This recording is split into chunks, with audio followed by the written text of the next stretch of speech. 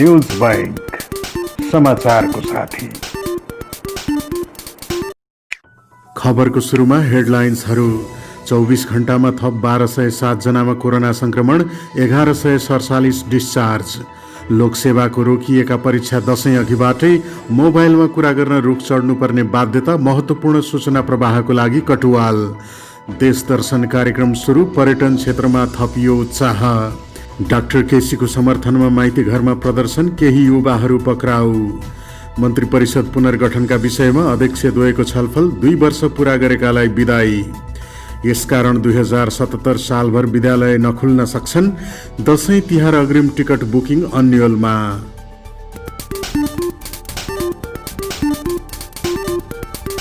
News bank समाचारको साथी।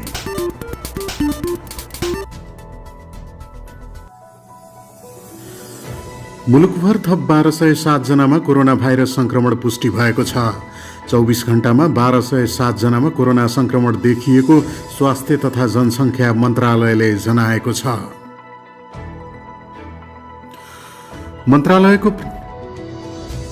मन्त्रालयको नियमित प्रेस ब्रिफिङका क्रममा शनिबार प्रवक्ता डाक्टर जागेश्वर गौतमका अनुसार नयाँ संक्रमितसँगै नेपालमा कोरोना संक्रमितको संख्या 71,821 पुगेको छ। उनका अनुसार 24 घण्टामा 10,019 पीसीआर परीक्षण गरिएका छन्। शनिबारसम्म 9,78,204 पीसीआर परीक्षण भएका छन्। यसैगरी पछिल्लो 24 घण्टामा कोरोना मुक्त भएर 1147 जना डिस्चार्ज भएका छन्। यो सँगै नेपालमा कोरोना मुक्त हुनेको संख्या 53,013 जना पुगेको छ। त्यस्तै 24 घण्टामा नेपालमा थप 8 जनाको मृत्यु भएको छ। मृतकको संख्या भने 467 पुगेको छ। आइसोलेसनमा 18,341 जना र क्वारेन्टाइनमा 6,331 जना रहेको मन्त्रालयले जनाएको छ।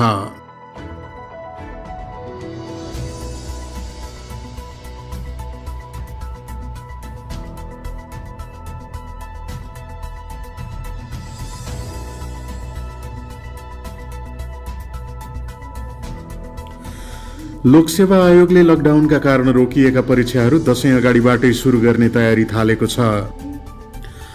लामो समयदेखि रोकिएका विभिन्न परीक्षा अगाडि बढाउन आयोगले नयाँ तालिका सार्वजनिक गरेको छ।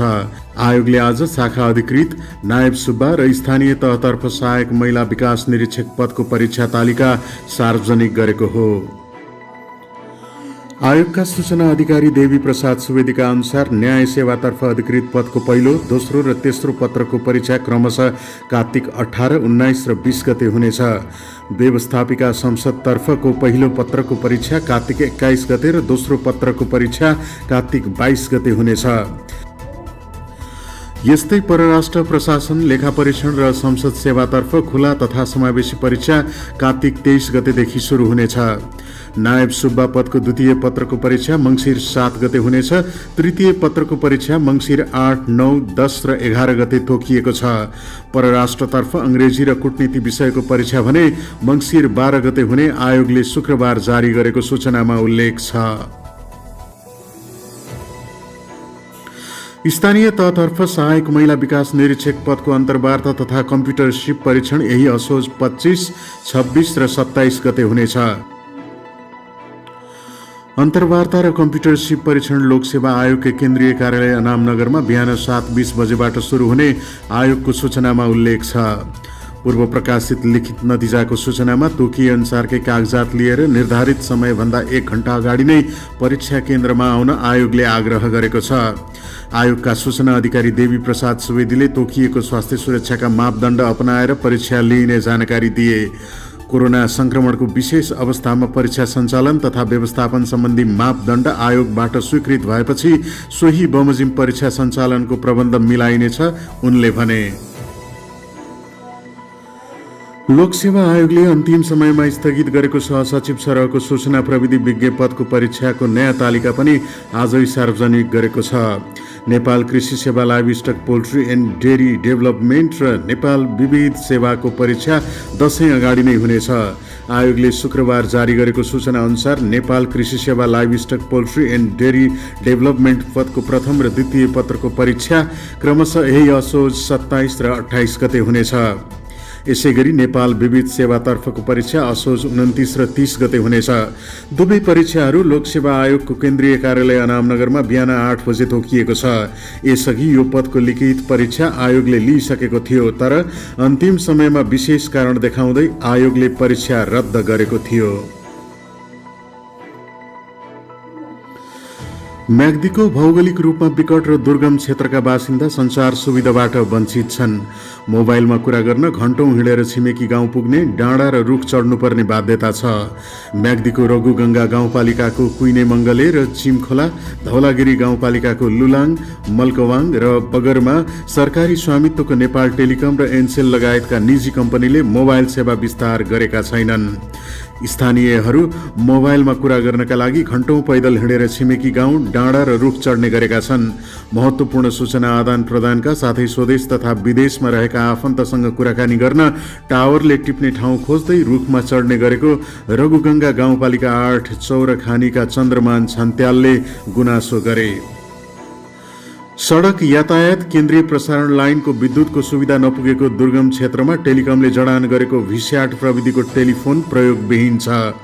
1 मिनेट फोनमा कुरा गरे हुनेमा घण्टौं हिँडेर सम्बन्धित व्यक्तिसँग भेट्नुपर्ने बाध्यता कायमै छ। 1,13,000 जनसङ्ख्या भएको जिल्लामा 90,317 थान सिम वितरण गरी 80% नागरिकमा मोबाइल फोनको पहुँच विस्तार गरेको नेपाल टेलिकमको दाबी छ। तर ग्रामीण क्षेत्रमा सूचना प्रवाह गराउन अझै टोलमा परम्परागत कटुवाल प्रथाको सहारा लिनु परेको कुइने मङ्गलेका वडा अध्यक्ष गमान छन्त्यालले बताए। म्याग्दीमा टेलिकमका 26 मोबाइल, 5 ल्यान्डलाइन र 4 वाइम्यास गरेर 35वटा बीटीएस टावर छन्। विद्युत सुविधा नभएका ठाउँमा सौर्य ऊर्जा जडान गरेर सञ्चालित टावरले घाम लाग्दा मात्रै चल्ने र हावाहुरी, चट्याङ तथा वर्षातको समयमा अवरुद्ध हुने गरेको छ। सञ्चार सेवा भरपर्दो नहुँदा स्थानीय तह, वडा, बैंक तथा वित्तीय संस्थाको सेवा प्रवाह र काम कारबाहीमा कठिनाई भएको धौलागिरी गाउँपालिकाका अध्यक्ष थम्सरा पुनले जानकारी दिए। कुइने मङ्गले र चिमखोलामा मोबाइल सेवा विस्तारका लागि टावर जडान गर्न ठेक्का लगाएको टेलिकमका प्रमुख विष्णुदेव शाहले बताए। धौलागिरीको लुलाङ, बगर र मालिकाको दरबाङमा नयाँ बीटीएस स्थापना तथा बेनीमा तामाको तार हटाउन लागेको उनले बताए।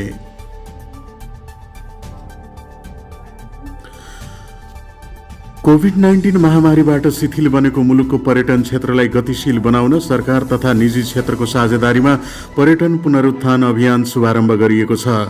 सरकारले बजेटमा घोषणा गरेको देश दर्शन कार्यक्रम कार्यान्वयनका लागि पर्यटन क्षेत्रका सरकारवाला संस्थाको समन्वय तथा सहकार्यमा देश दर्शन अभियान सुरु गरिएको हो। संस्कृति, पर्यटन तथा नागरिक उड्डयन मन्त्रालयले गठन गरेको पर्यटन पुनरुत्थान कार्यदलले आन्तरिक पर्यटनलाई चलायमान बनाउने पर्यटकीय गतिविधि सार्वजनिक गरेको छ।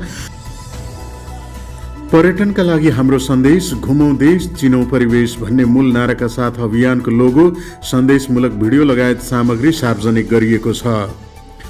पर्यटन पुनरुत्थानका लागि भएको पहलको पहिलो पाइला स्वरूप देश दर्शन कार्यक्रमको आज उद्घाटन गर्दै संस्कृति, पर्यटन तथा नागरिक उड्डयन मन्त्री योगेश भट्टराईले कोभिड-19 महामारीका कारण थलिएको पर्यटनलाई गतिशील बनाई आर्थिक गतिविधि बढाउन सकारात्मक ऊर्जा प्रदान गरेको बताए। उनले भने यो कार्यक्रम मरुभूमिमा उम्रदै गरेको बिरुवामा सिंचन गरे जस्तो अनुभूति भएको छ। यसले हामीलाई पुनर्जीवित गरेको सन्देश दिएको छ। झण्डै 5-6 महिना छुट्टै बसेर आफ्ना दुःख व्यथा सहेर अब फेरि पनि एक ठाउँमा उभिएर सामूहिक प्रयत्नका साथ सिङ्गो पर्यटन क्षेत्रलाई चलायमान बनाउन उत्साह बढाएको छ। मन्त्री भट्टराईले कोरोना महामारीको जोखिम कम भइ नसकेको तर यसबाट भागेर नभई जुधेर सबै एकताबद्ध भई साझा अभियानलाई सार्थक बनाइनु पर्नेमा जोड दिए। उनले कार्यदलले आन्तरिक पर्यटन प्रवर्धनका लागि सुरु गरेको देश दर्शन कार्यक्रमलाई सरकारको सम्पूर्ण साथ सहयोग रहने वचन दिए। मन्त्री भट्टराईले महामारीबाट बसेर पर्यटनका गतिविधि बढाउन सरकारले हवाई उडान, होटल तथा रेस्टुरेन्ट व्यवसाय, पदयात्रा, पर्वतारोहण जस्ता पर्यटकीय क्षेत्रलाई खुल्ला गरिसकेको उल्लेख गरे। असोज 5 देखि सुरु भएको मुलुकको आन्तरिक उडान उत्साहवर्धक रहेको छ। मन्त्री भट्टराईले आन्तरिक उडानमा अहिले 80% भन्दा बढी अकुपेन्सी रहेको र यसले पर्यटन क्षेत्रमा सकारात्मक सञ्चार जगाएको उल्लेख गरे। उनले कोभिडपछि नियमित उडान गर्नेमा नेपाल दक्षिण एसियाकै पहिलो मुलुक भएको पनि बताए। पर्यटन मन्त्री भट्टराईले देशको आन्तरिक पर्यटनको मुख्य आधार देश दर्शन कार्यक्रम भएकाले यसलाई 3 तहको सरकार र निजी क्षेत्रको साझेदारीमा प्रभावकारी रूपमा अघि बढाइने बताए। उनले आन्तरिक पर्यटनमा आर्थिक गतिविधि बढाउन निजामती, सार्वजनिक संस्थानका कर्मचारी, शिक्षक लगायतलाई सातामा 2 दिन बिदाको व्यवस्था गर्न मन्त्रालयले कार्यदल बनाई गृह कार्य गरिरहेको र यसलाई छिट्टै मन्त्री परिषदमा लगिने बताए। मन्त्री भट्टराईले अनअराइभल भिसाको व्यवस्थाका लागि गृह मन्त्रालय, अध्यागमन विभागसँग छलफल भइरहेको र अनलाइन मार्फत यस्तो सेवा दिन सकिने गरी आवश्यक तयारी भइरहेको पनि जानकारी दिए। पर्यटन मन्त्रालयका सचिव केदार बहादुर अधिकारीले कोभिड महामारीबाट सबैभन्दा बढी प्रभाव परेको पर्यटन क्षेत्रको पुनरुत्थान सरकारको प्राथमिकता रहेको बताए। उनले अक्टोबर 1 तारिकदेखि सातामा 119 अन्तर्राष्ट्रिय उडान संख्या बढाउने मन्त्रालयले निर्णय गरिसकेकाले अन्तर्राष्ट्रिय पर्यटकको पनि चहल पहल बाक्लिने विश्वास व्यक्त गरे। कार्यदलका संयोजक एवं नेपाल पर्यटन बोर्डका पूर्व प्रमुख कार्यकारी अधिकृत दीपक राज जोशीले महामारीबाट सुरक्षित रहँदै पर्यटन सँगसँगै भन्ने भावनाका साथ सरकारवाला संस्था एकताबद्ध भएर देश दर्शन कार्यक्रम अघि बढाइएको उल्लेख गरे।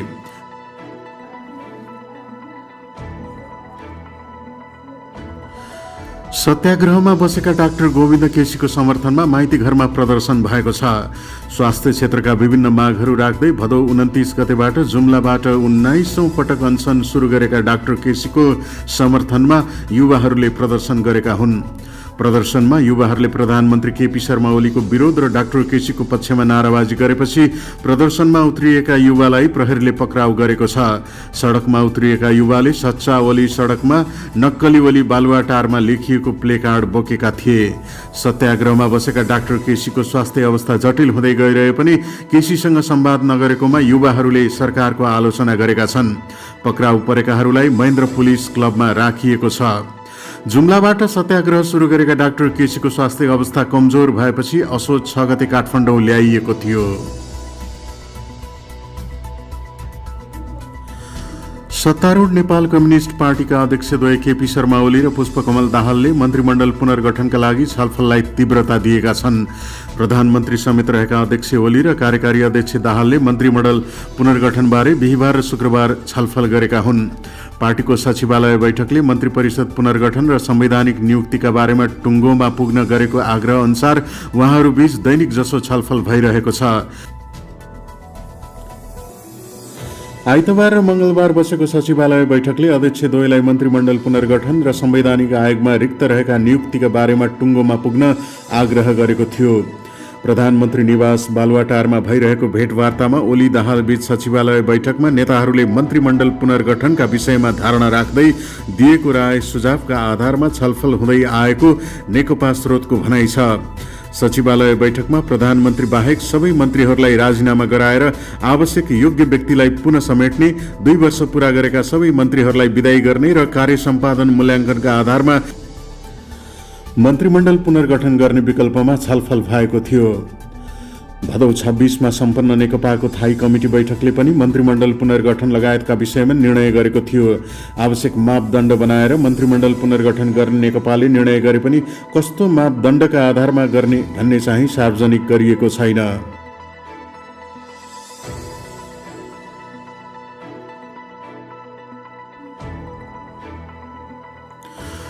शिक्षा मन्त्री गिरिराजमणि पोखरेलले कोरोना भाइरसको जोखिमलाई दृष्टिगत गरी अझै केही समय विद्यालय नखोल्ने आग्रह गरेका छन्। उनले भर्चुअल विधिबाट पठन पाठनको सञ्चालनमा जोड दिएका छन्।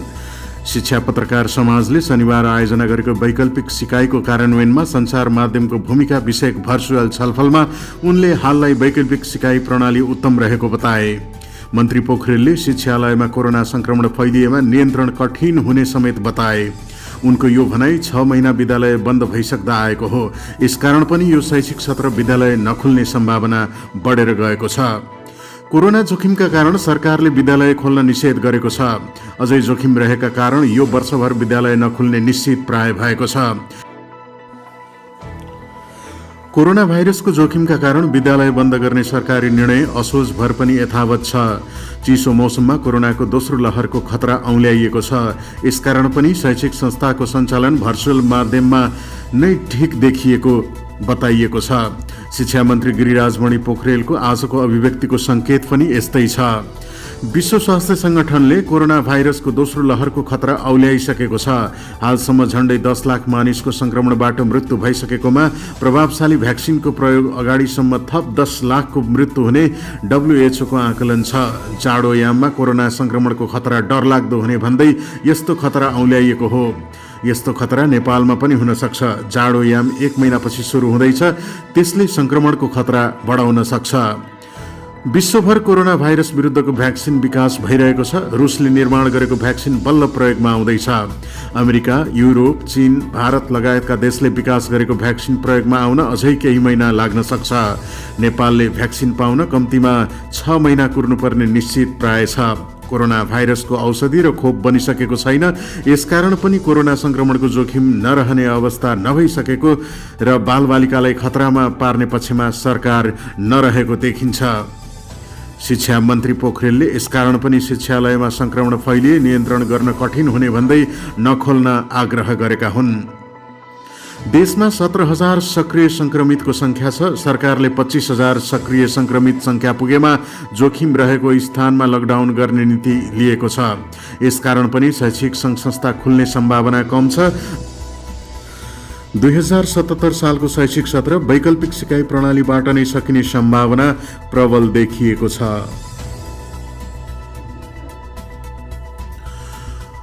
कोरोना भाइरसका कारण यस वर्ष दशैं तिहारमा खोलिने अग्रिम टिकट बुकिङ नै अन्यलमा परेको छ। कोरोना नियन्त्रणका लागि गरिएको लकडाउन र निषेधाज्ञा लगायत कदमका कारण दशैं तिहार सुरु हुन अब महिना दिन मात्रै बाँकी हुँदा पनि यातायात क्षेत्रमा रौनक आउन सकेको छैन। सरकारले 2076 चैत्रदेखि लामो दूरीका यातायात सञ्चालन गर्न रोक लगाउँदै आएकामा 1 असोजदेखि सञ्चालन गर्न अनुमति दिएको छ। लामो दूरीका यातायात सञ्चालनमा आए पनि नियमअनुसार सिट भरिने गरी यात्रुको अभाव रहेको व्यवसायीहरू बताउँछन्। अहिले लामो दूरीमा यात्रा गर्ने यात्रुको अभाव देखिएपछि व्यवसायीले दशैंमा पनि काठमाडौँ उपत्यकाबाट बाहिरिने यात्रु कमै हुने भएकाले अग्रिम टिकट बुकिङ खुलाउन नपर्ने तर्क गरेका छन्। यातायात व्यवसायी महासङ्घका अध्यक्ष योगेन्द्र कर्मचारीले बाहिर जाने यात्रु नै नभएको भन्दै अग्रिम टिकट बुकिङ खुलाउन आवश्यक नरहेको बताए। उनले एक साता यात्रुको अवस्था हेर्ने र त्यसपछि निर्णय गर्ने बताए। काठमाडौँ उपत्यकाबाट बाहिरिने मान्छे नै छैनन्, यस्तै हो भने खुलाउनै पर्दैन। अब 1 हप्ता हेरेर निर्णय गर्छौं, उनले भने। भौतिक पूर्वाधार तथा यातायात मन्त्रालय अन्तर्गतको यातायात विभागका महानिर्देशक गोगन हमालले उपत्यका बाहिर जाने मान्छे कम भए पनि अग्रिम टिकट बुकिङ खुलाउनु पर्ने बताए। हमालले चाडबाडको समयमा यातायात प्रणालीलाई व्यवस्थित गर्न पनि बुकिङ खुलाउनु पर्ने जनाएका छन्। उपत्यका बाहिर जाने मान्छे भए पनि नभए पनि व्यवस्थित साथ काम गर्नुपर्छ, त्यसैले अग्रिम टिकट बुकिङ त खुलाउनै पर्छ, उनले भने। महानिर्देशक हमालले भर्खर मात्र यातायात सञ्चालनमा आएको भन्दै अब केही दिनमा सबै पक्षलाई बोलाएर अग्रिम टिकट बुकिङका विषयमा छलफल थाल्ने बताए। उनले अनलाइन बुकिङको विषयमा पनि छलफल भइरहेको भन्दै त्यसो भएमा यात्रुलाई झनै सहज हुने बताए। अघिल्ला वर्षमा दशैं तिहारको अवसरमा 15 देखि 20 लाख मानिसहरू काठमाडौँ उपत्यकाबाट बाहिरिने गरेको व्यवसायीहरू बताउँछन्। सरकारले चैतमा लकडाउन घोषणा गरेकाले लकडाउन अगाडि र लकडाउनकै अवधिमा गरी करिब 7 लाख मानिस बाहिरिएको अनुमान गरिएको छ। कोरोना सर्ने डर र कतिपय ठाउँमा क्वारेन्टिनमा समेत बस्नुपर्ने नियमका कारण पनि यस वर्ष अघिल्ला वर्षको जस्तो चहलपहल नहुने बताइएको छ। अहिलेको लागि न्यूज बैंकमा खबरहरूको क्रम यति नै। यहाँहरूलाई आजको न्यूज कस्तो लाग्यो कृपया प्रतिक्रिया छोड्न नबिर्सिनुहोला। यदि तपाईँ पहिलो पटक न्यूज बैंकमा उपस्थित हुनुभएको हो भनेदेखि हाम्रो च्यानललाई लाइक सब्स्क्राइब गर्न नबिर्सिनुहोला।